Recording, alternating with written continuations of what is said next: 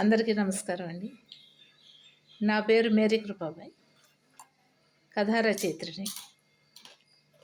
ఇప్పటికీ 400 కథలు పైగా ప్రచురించబడ్డాయి ప్రముఖ పత్రికల్లో.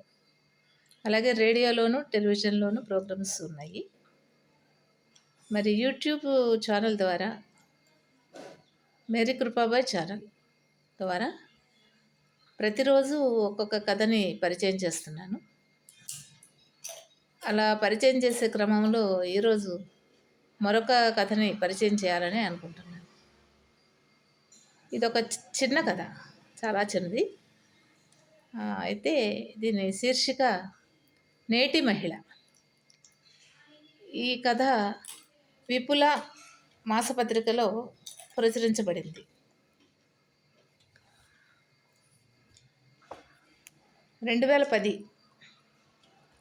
2010 విపుల మాసపత్రికలో ప్రచురించబడింది. సరే, గతంలో చూపించినట్టుగా నా కథాంజలి బుక్ ఇలా ఉంటుంది. 100 కథలతో ఉన్నటువంటి ఈ పుస్తకం ప్రస్తుతం నాగార్జున యూనివర్సిటీలో స్టూడెంట్స్ ద్వారా పిహెచ్డి జరుగుతుంది. సో ఇటువంటి అత్యుత్తమైనటువంటి పుస్తకం మీ ముందు ఉంచడానికి చాలా సంతోషపడుతున్నాను. మరి ఈరోజు నేను మీకు పరిచయం చేయబోయే కథ నేటి మహిళ. ఇది 2010లో రాసినటువంటిది కదా. అయితే అలా సమకాలీన పరిస్థితులకు అనుగుణంగా రాసినప్పటికీ కూడా ఎప్పుడు కూడా నిత్య నూతనంగా ఉంటుంది. అయితే ఒక డైలాగ్తోనే నేను స్టోరీ జనరల్గా మొదలు పెడతానని చెప్పాను కదా. ఈ కథ మాత్రం చాలా చిన్న నేరేషన్తో మొదలుపెట్టాను. అప్పుడే ఆఫీస్ నుంచి ఇంటికి రూమ్కి వస్తాడు వివేక్. ఆఫీసు అవర్స్ అయిపోయాక రూమ్కి వస్తాడు. అతని పేరు వివేక్. అయితే రావడంతోనే ఏమైందంటే, రావడంతోనే ఒక సిగరెట్ వెలిగించుకోవడం, స్మోక్ చేయడం, తర్వాత ఇంకా అతనికి ఉన్న హ్యాబిట్స్ ఏవో ఉంటే వాటిని ఫాలో అవ్వడం చేస్తూ ఉంటాడనమాట. ఇంతలో మబ్బు పట్టి బాగా డ్రౌజీగా ఉంటుంది. పెద్దగా కుంభవృష్టి స్టార్ట్ అవుతుంది, వర్షం. అలా స్టార్ట్ అయినటువంటి కుంభవృష్టి తగ్గేటట్లుగా అనిపించలేదు. సరే అని తలుపు వేసేసుకుంటాడు, డోర్ వేసుకుంటాడు. ఇంతలో తలుపు కొట్టిన చప్పుడు వినిపిస్తుంది. సరే, తలుపు కొట్టారు ఎవరు అని తలుపు తెరుస్తాడు. తలుపు తెరిచినప్పుడు ఎదురుగా అప్సరస ఉంటుంది. అప్సరస అంటే ఏదో అందమైన స్త్రీ అన్న ఉద్దేశంతో నేను అలా రాశాను. ఎక్స్క్యూజ్ మీ అంటుంది తను. ఎక్స్క్యూజ్ మీ సార్, నేను యూనివర్సిటీకి వెళ్తుంటే మధ్యలో వర్షం వచ్చింది. జస్ట్ కాసేపు ఆశ్రయం ఇస్తే నేను వర్షం తగ్గగానే యూనివర్సిటీకి వెళ్ళిపోతాను అని చెప్పి అంటుంది.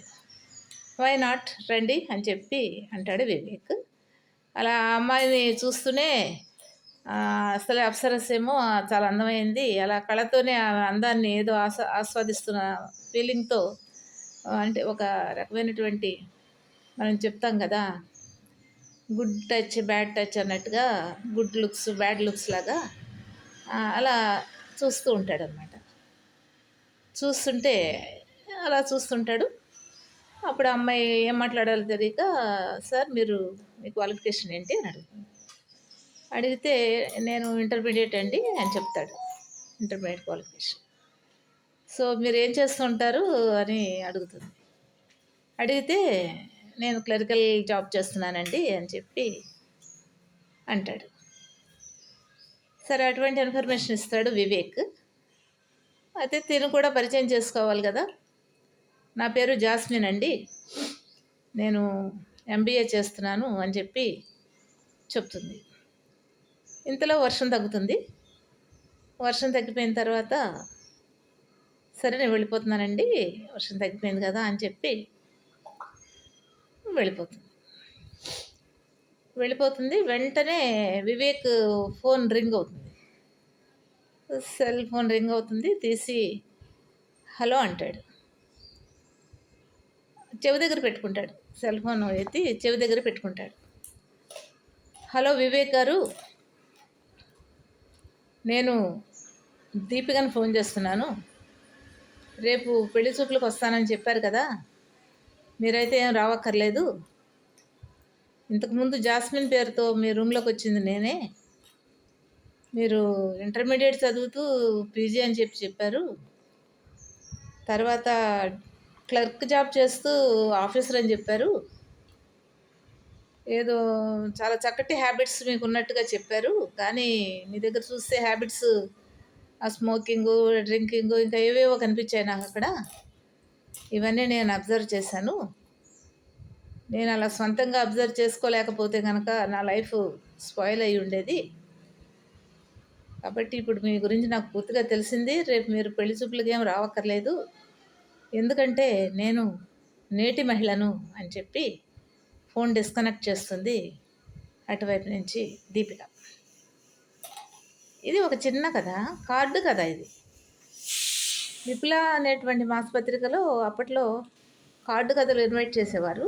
కార్డు మీదే రాయాలి, పోస్ట్ కార్డు మీద. పోస్ట్ కార్డు మీదే రాయడం జరిగింది. నా కథ సెలెక్ట్ అయింది.